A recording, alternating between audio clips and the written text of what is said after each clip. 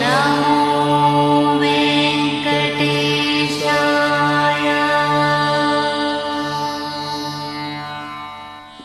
ఏదైనా మంగళకార్యం చేయవలసి వచ్చినా, హోమం చేసినా, యజ్ఞం చేసినా అక్కడ ఆవు పేడతోనే అలుకుతారు.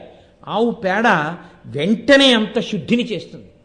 అసలు ఆ పాలు, ఆ పెరుగు, ఆ నెయ్యి లేకపోతే ఏ కార్యం జరగదు. ఎంత వేదం చదువుకున్న బ్రాహ్మణుడు ఉన్నా ఇవి లేనప్పుడు ఆయన ఏం చేస్తాడు? అందుకే గో బ్రాహ్మణేభ్య శుభమస్తు నిత్యం లోకా సమస్తా సుఖినో భవంతు. గోవు ఉంటే పంచగవ్యాలు వస్తాయి. పంచగవ్యాలతో మీకు హోమం చేయించగలిగిన వేదం చదువుకున్న బ్రాహ్మణుడు ఉంటే లోకమనకంతటికి శాంతి ఉంటుంది. అందుకని ముందు గోబ్రాహ్మణులకు శుభము కలుగుగాక అంది శాంతి మంత్రం.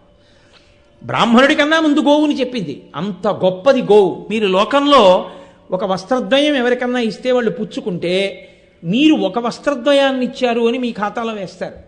మీరు ఒక గోవుని దానం చేస్తే 1000 గోవులను దానం చేసిన ఫలితం మీ ఖాతాలో వేస్తారు. 1000 గోవులను పుచ్చుకున్న ఫలితం ఆయన ఖాతాలో వేస్తారు, పుచ్చుకున్న ఆయనకి. కాబట్టి ఆయన ఏం చేయాలో తెలుసా అండి? ఇతర దానములకు లేదు. గోదానం పుచ్చుకుంటే మాత్రం వెంటనే ఎక్కడికైనా పక్కకెళ్ళి కూర్చుని దానికి ఒక ప్రత్యేకమైన మంత్రం ఉంది. ఆ మంత్రాన్ని జపం చేసుకోవాలి. నేను ఒక్క గోవుని పుచ్చుకున్న ఫలితమే నా ఖాతాలో పడుగాక. లేకపోతే ఆయన 1000 గోవులు పుచ్చుకున్న ఫలితం పడిపోతుంది. ఆయన మంత్రజపం చేస్తే ఆయన ఒక గోవు పుచ్చుకున్నట్టు అవుతుంది, కానీ ఇచ్చిన ఆయన మాత్రం 1000 గోవులు ఇచ్చినట్టే వేసేస్తారు ఖాతాలో. అంత గొప్ప శక్తి కలిగినటువంటి ప్రాణి లోకంలో గోవు ఒక్కటే. కాదు నేను మీకు ఒక మాట మనవి చేస్తాను. అధికారము అని ఒక మాట ఉంటుంది. అందరూ అన్ని కార్యాలు చెయ్యలేరు. అధికారాన్ని బట్టి కొంతమంది కొన్ని కార్యాలు మాత్రమే చేయగలుగుతారు. కానీ సర్వోత్కృష్టమైనటువంటి ఈశ్వరార్చనగా సాక్షాత్ ఈశ్వరుణ్ణి ముట్టుకుని మీకు పూజ చెయ్యాలని ఉంది. కంచి కామాక్షి అమ్మవారి యొక్క చేతి మీద గంధం రాయాలని ఉంది. మీరు రాయగలరా? కామాక్షి దేవాలయంలోకి వెళ్ళి వెంకటాచలంలో వెంకటేశ్వర స్వామి వారి అంతరాలయంలోకి ప్రవేశించి ఆయన మెడలో ఒక తులసిమాల వెయ్యాలనుంది. మీరు వెయ్యగలరా? మిమ్మల్ని అనుమతిస్తారా? లేకపోతే సప్తర్షి పూజలో కాశీలో ప్రదోషవేళ దాటిన తర్వాత మీరే కూర్చుని విశ్వనాథలింగానికి చెయ్యాలనుంది. మిమ్మల్ని అనుమతిస్తారా? మీకు ఈ కోర్కెలు తీరాలి అంటే అందరికీ కలిపి అధికారం ఇచ్చేస్తూ ఈశ్వరుడి చేత సృజింపబడిన ప్రాణి గోవు. గోవు డెక్కల దగ్గర మీరు కొంచెం ఇలా పసుపు రాశారనుకోండి, అది సాక్షాత్ జగదంబ పాదముల కట్టుతుంది ఆ పసుపు. గోవుకింత పచ్చిగడ్డి మీరు తీసుకెళ్ళి పెడితే పచ్చిగడ్డి అది తిందనుకోండి, వెంటనే ఏ ఫలితం వేస్తానని చెప్తుందో తెలుసా అండి వేదం? ఇది నా సొంతంగా చెప్తున్నాను అనుకుంటున్నారేమో. నేను వేదమంత్రముల యొక్క వ్యాఖ్యానాన్ని మీకు చెప్తున్నాను. 1 సంవత్సరం పాటు ప్రతిరోజు 100 యజ్ఞములు చేసిన వాడికి ఏ ఫలితం ఉంటుందో, గోవుకి ప్రదక్షిణం చేసి గోవుకి పచ్చిగడ్డి పెట్టినటువంటి వాడికి అంత ఫలితం వేస్తారు. పితృదేవతలు తరించాలంటే అత్యంత సులభ మార్గం ఏమిటో తెలుసా అండి? గోశాలలో గరుకురాయి వేయడమే. గరుకురాయిని వేస్తారు. కొంచెం గరుగ్గా ఉంటుంది ఆ రాయి. ఆవుకి దురద ఉంటుంది, అది తోకతోటే గోక్కోవాలి. కానీ ఆ తోకతో గోక్కుందాం అంటే తోక చేతిగా అంతటిని గోకలేదు.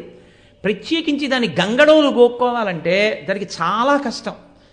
అప్పుడు గరుకురాయి వేస్తే ఆ గరుకురాయి దగ్గరికి వెళ్ళి రాపాడిస్తుంది. అందుకే గోశాలలో గరుకురాయి ఎవరు వేశారో వాళ్ళ పితృదేవతలు ఎన్ని పాపాలు చేసినా వాళ్ళని పాపాల నుంచి వినిర్ముక్తం చేస్తారు. దిలీపుడు గోవుకి సేవ చేసి కొడుకుని కన్నాడు. అక్రూరుడు పుట్టడానికి కారణం అక్రూరుడి తాతగారు ప్రతిరోజు గోదానం చెయ్యబట్టి గాంధిని శ్వఫల్కుడు వాళ్ళిద్దరికీ అక్రూరుడు పుట్టాడు. గోవు యొక్క మహాత్యం అంతా ఇంత కాదు. గోవు ఇంత గొప్పదైతే మళ్ళీ గోవులలో గొప్పతనాన్ని ఇంకా పెంచడానికి పరమేశ్వరుడు తను ఒక్కసారి చూస్తే కొన్ని గోవులు ఎరుపు రంగు పొందాయి. అవి కపిల గోవులయ్యాయి. కపిల గోవులలో మరింత శ్రేష్టం. కాబట్టి ఆ గోవు ఎక్కడ తిరుగుతుందో, అసలు లోకంలో గృహస్థు ఏమని ప్రార్థన చేయాలో తెలుసా అండి? ఎప్పుడూ గోవులు మా ఇంటి ముందు తిరుగుగాక, నేను ప్రతిరోజు గోవుకి నమస్కరించగలిగిన అవకాశమును పొందుదునుగాక అని నమస్కరించాలి. గోవే పరదేవత. పరదేవత ఒక సంకల్పం చేసిందిట. అమ్మ అన్న స్థితి ఎవరికైనా కలిగితే ఆడదానికి ఆవిడ అనుగ్రహంతోనే కలుగుతుంది. అమ్మా అని పిలిపించుకోవాలి అంటే అమ్మవారి అనుగ్రహం ఉంటే తప్ప అమ్మ అని పిలిపించుకోరు. అమ్మ అని నేను ఒక పిల్లాడో పిల్లో పిలవడానికి అవకాశం ఇచ్చి కొంతకాలం పోయిన తర్వాత నేను ఆ ప్రాణిని తీసేశాను అనుకో, వాడికి అమ్మ అని పిలవడానికి ప్రాణి ఉండదు. అప్పుడు వాడు అమ్మ అని పిలవడానికి నాకు అయ్యో ఎవరు లేరే అని వాడు బాధపడి ఏడుస్తాడు. అలా ఏడవకుండా ఉండాలి అంటే నేనే ఈ భూమాతగా ఉంటాను, గోమాతగా ఉంటాను, జగన్మాతగా ఉంటానని ఆమె తనని తాను మూడుగా మార్చుకుంది. అందులో భూమాత తనంత తాను మీ దగ్గరికి వచ్చేది కాదు. అంటే మీకు ఆ ఉపాసనతో చూడాలి తప్ప మీకు ఒక రూపంతో కదిలి రావడం కనపడదు. జగన్మాత అలా కదిలి రావడం మీకు చాలా కష్టం. అలా కదలడం ఆ ఉపాసన ఉన్న వాళ్ళకి తప్ప ఇతరులకు అలా సాధ్యం కాదు. మీ ఇంటి ముందు మీ దగ్గరికి వచ్చి మీరు పెట్టింది తిని మీరు చేసిన ఉపచారం పుచ్చుకునేటటువంటి పరదేవతా స్వరూపం లోకంలో గోవు ఒక్కటే. అందుకే పీఠాలలో చేసే పూజలో గజపూజ పశుపూజ, అశ్వపూజ పశుపూజ, గోపూజ పరదేవతా పూజ. అంత గొప్పదైన గోమాత విశ్వనాథ సత్యనారాయణ గారు ఒక చోట అంటారు, సాధు గోమాత భరతభూ శ్వాసకోశ మరియు నద్దాని బంధింప నుడికిపోదే వటదళంబున కనుమూయువాని కడుపు అంటారు. ఎంత గొప్ప మాట. శివార్పణము అని ఆయన ఒక గొప్ప గ్రంథం చేశారు. అందులో అంటారు, అది సాధుగోమాత భరతభూ శ్వాసకోశ. ఆవిడ ఆ సాధుగోమాత భరతభూ శ్వాసకోశ, భరత భూమి యొక్క శ్వాసకోశ, ఊపిరితిత్తు. ఊపిరితిత్తుని మూసేశారనుకోండి, పట్టేశారనుకోండి, ముక్కు మూసేశారనుకోండి, ఎలా గింజుకుంటాడో భారతదేశంలో గోవుని పట్టి బంధించి వధించడం అంతే అన్నారు విశ్వనాథ సత్యనారాయణ గారు. భరతభూ శ్వాసకోశ మరియు నా దాని బంధింప నుడికిపోదే, కడుపు ఉడికిపోతుంది. కడుపు మండిపోయిందండి నాకు అంటారు. ఎవరి కడుపు మండిపోతుందో తెలుసా అండి? వటదళంబున కనుమూయువాని కడుపు. వటదళంబున కనుమూయువాడు వటపత్రశాయి. వటపత్రశాయి కృష్ణ భగవానుడు. కృష్ణ భగవానుడి కడుపు రగిలిపోతుందిరా ఆవు జోలికెడితే అన్నారు. అంత గొప్ప గోవు. ఆ గోవు మీద గొడ్డలి పడిపోతుంటే నేను పుట్టలో కూర్చుంటే ఇంకా నేను అవతారంగా రావడం ఎందుకు కలియుగంలో? ఒకవేళ ఆ ఆవు మీదకి గొల్లవాడు విసిరీసిన గొడ్డలి నాకే తగిలి దాని వలన నా తల తెగి పడిపోయినా సరే, గోవు కోసం నా తల తెగిపోయినా పర్వాలేదని అకస్మాత్తుగా పుట్టలోంచి పైకి వచ్చేసాడు అంతే వెంకటేశ్వరుడు. వచ్చేయగానే ఆ గొడ్డలి వెళ్ళి ఆయన తలకి తగిలింది. తలకి తగలగానే కుఠారాణతి తీక్షణేన తాడితో వెంకటేశ్వర సప్త తాళ ప్రమాణేన రక్త స్ఫూర్తిరభూస్తథ. ఆయన దివ్యమైనటువంటి తలలోంచి 7 తాడి చెట్లంతెత్తు రక్తధార పైకి లేచింది.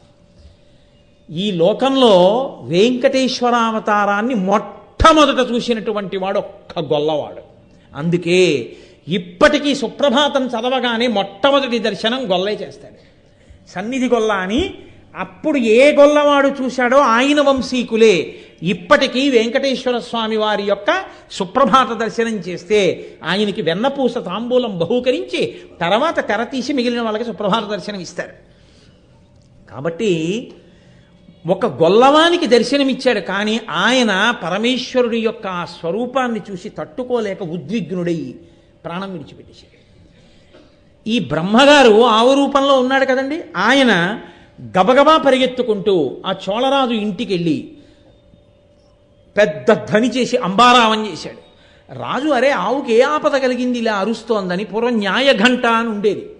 ఎవరు ఆపద కలిగినా గంట మోగిస్తే రాజుగారు బయటకు వచ్చేవారు. అంత గొప్పగా ఉండేది న్యాయ వ్యవస్థ ఒకప్పుడు. కాబట్టి గబగబా బయటికి వచ్చాడు రాజు. ఆవు ఏం చెప్తోందో ఆయనకు అర్థం కాలేదు. ఆవు వెంట బయలుదేరండి అన్నాడు. ఆవు వెంట బయలుదేరారు. ఆవు వెంట బయలుదేరి గబగబా వచ్చారు. అది వెంకటగిరి పర్వతం మీదకి వెళ్ళింది. ఆ వెంకటాచలానికి వెళ్ళి చూస్తే అక్కడ ఒక పెద్ద పుట్ట, పుట్ట నిండా నెత్తుటి ధారలు, అదంతా ఏరు కింద రక్తం ప్రవహిస్తోంది. గొల్లవాడు చచ్చిపోయి ఉన్నాడు. ఓ గొడ్డలి నెత్తుట్లో పడుంది. ఆయనకి ఏం అర్థం కాలేదు చోళరాజుకి. అరే ఏమిటి ఇదంతా, ఎందుకు ఇలా పడుంది? ఈ వెంకటాచల పర్వతం ఇంత గొప్పది కదా, ఇన్ని సెలయేళ్లతో ఉంది, ఇక్కడ ఇలా ఎందుకు జరిగిందని ఆయన తెల్లబోతున్నాడు. ఒక్కసారి వెంకటేశ్వర స్వామి వారు మళ్ళీ పుట్టలోంచి ప్రకటనమయ్యారు. అయి పిశాచో భవదుర్బుద్ధే మద్దుఃఖాదనకర్మణ శుక్రవారేతు సాయాహ్నే కిరీటం ధారయామ్యహం కిరీటధారణే కాలే నేత్రేమే జలపూరితే అన్నారు. ఏమయ్యా, యుక్తాయుక్త విచక్షణ లేని శిక్ష వేశావు. ఒక ఆవు పాలివ్వకపోతే అంత దెబ్బ కొడతావా? చర్మంతో తయారు చేయబడినటువంటి ఆయుధాన్ని చేత్తో పట్టుకుని నీ భార్య కొట్టింది. దానివల్ల వాడు ఉద్ధతి పొంది గొడ్డలి ఆవు మీదకి విసిరాడు. గోవుని రక్షించే ప్రయత్నంలో నేను దెబ్బతిన్నాను. నా దుఃఖానికి కారణము నువ్వు అయ్యావు కాబట్టి పిశాచోభవ దుర్బుద్ధే, నువ్వు పిశాచమగుదువుగాక, పిశాచమై తిరుగు అన్నాడు. ఆయన వెంటనే స్వామి పాదాల మీద పడి, అయ్యో ఇందులో నా తప్పే ఉంది, నా పరోక్షంగా ఉందేమో కానీ నేను ప్రత్యక్షంగా చేసిన అపరాధం ఏముందని అడిగారు. ఆయన అన్నారు, నా అవతారం రావడానికి ఇంకొక ప్రధాన కారణం పద్మావతీదేవిని నేను పరిణయం చేసుకోవాలి. ఆ పద్మావతీదేవిని పరిణయం చేసుకునేటప్పుడు నాకు కృష్ణావతారంలో ఉన్నటువంటి తల్లి యశోద ఇక్కడ వకుళమాతగా దర్శనం ఇవ్వాలి. ఆ పద్మావతీ పరిణయ సమయంలో నాకు మామగారు ఆకాశరాజు గారు శుక్రవారం నాటి సాయంకాలం వేళ నా తల మీద కిరీటం పెడతారు. ఆ కిరీటం పెట్టినప్పుడు నా కళ్ళల్లోంచి ఆనంద భాష్పాలు వస్తాయి. నా కళ్ళల్లోంచి ఆనంద భాష్పాలు వచ్చినప్పుడు నువ్వు మనశ్శాంతిని పొందుతావు. అప్పటి వరకు నువ్వు పిశాచమై తిరుగుతూ ఉండన్నారు. ఆ పిశాచ రూపం పొంది తిరిగినటువంటి రాజే తరువాతి కాలంలో స్వామి పుష్కరిణిలో స్నానం చేశాడు.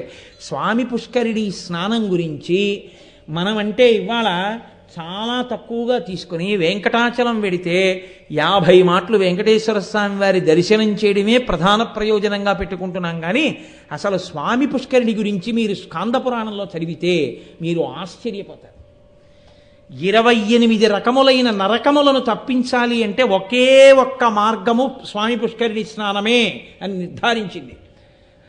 స్వామి పుష్కరిణి స్నానం కాదు, పుష్కరిణి చుట్టూ తిరుగుతుంటే చాలన్నారు. అందుకే ఆ పుష్కరిణికి పశ్చిమాన్న మహానుభావుడు ఆదివరాహస్వామి వెలిసి ఉన్నారు అక్కడ. అటువంటి గొప్ప పుష్కరిణి ఆ పుష్కరిణి, అందులోకి అన్ని తీర్థములు వచ్చి చేరుతాయి. అందుకే స్వామి పుష్కరిణీ స్నానం, సద్గురోహ పాదసేవనం, ఏకాదశి వ్రతం చాపి త్రయం అత్యంత దుర్లభం. స్వామి పుష్కరిణీ స్నానం దొరకమంటే దొరికేది కాదు, అది మహాదృష్టం. ఉన్మాదులకు కూడా స్వస్థత పొందుతారు పుష్కరిణీ స్నానం చేస్తే అంటారు. స్వామి పుష్కరిణీ స్నానం, సద్గురోహ పాదసేవనం. సద్గురువైన వాడు నా కాళ్ళు ఎవరైనా పడితే బాగుండు, ఇలాంటి పిచ్చి కోరికలు ఏమి ఉండవు వాళ్ళకి. కాబట్టి ఆయన పాదములు పట్టడం, ఆయన పాదములు ఒత్తడం అంత తేలిగ్గా దొరికేటటువంటి సేవ కాదు. ఆయన ఎన్నడూ అటువంటి సేవలు అంగీకరించేవాడు కాదు. అటువంటి వాడు మీరు నా కాళ్ళు పట్టండి అని ఆయన అసలు పాద సంవాహనం ఎందుకు చేయించుకుంటాడు? చేయించుకున్నప్పుడు మీకు సద్గురువు యొక్క పాదములు పట్టే అదృష్టం ఎలా కలుగుతుంది? దొరకదు. ఏకాదశి వ్రతం చాపి, ఏకాదశి వ్రతం ఎలా చెయ్యాలని శాస్త్రం చెప్పిందో అలా చెయ్యడం చాలా కష్టం. త్రయం అత్యంత దుర్లభం, చాలా కష్టం. అంత గొప్పది స్వామి పుష్కరిణి. ఆ స్వామి పుష్కరిణిలో స్నానం చేసి ఆయన శాప విమోచనాన్ని పొందాడు.